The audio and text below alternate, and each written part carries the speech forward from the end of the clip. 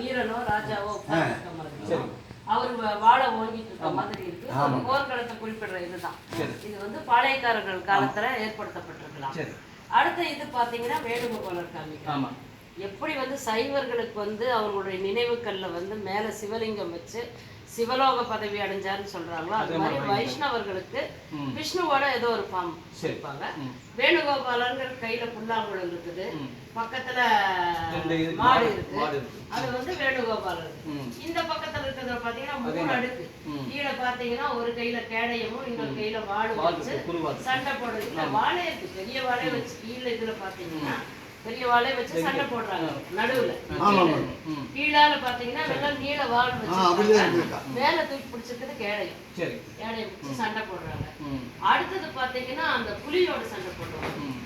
புலியா சிங்கமான்னு தெரியல, அந்த ஒரு விலங்கோட அவங்க சண்டை போடுற மாதிரி இது இருக்கு.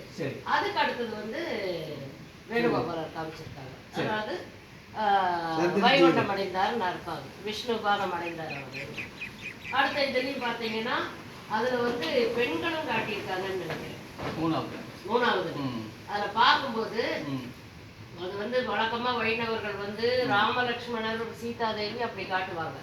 2 பேர் வில்லோட ஒரு பெண்ணும் கூட போறாங்கன்னா, அல்லது இது வந்து பாளையக்காரர்கள் அரச குடும்பத்தில் இருக்கிறவங்க போற மாதிரி இருக்கலாம். ஏன் அப்படி சொல்றேன்னா அவங்க அரச குடும்பத்தினர் இருக்கிறதுனால தான் இங்க வந்து டிவோட்டிஸ் அரச குடும்பத்தினர் அரண்மனையில தான் அரசர்கள் இருப்பாங்க. இதுல பாத்தீங்கன்னா பாளையக்காரரோட அந்த தலை அலங்காரம் தெரியும். அவர் வந்து வணங்குற இதுல அஞ்சலி முத்திரையில் இருக்காரு. அவர் பக்கத்திலேயே சின்ன பையன் அவருடைய வாரிசு இருக்கலாம்.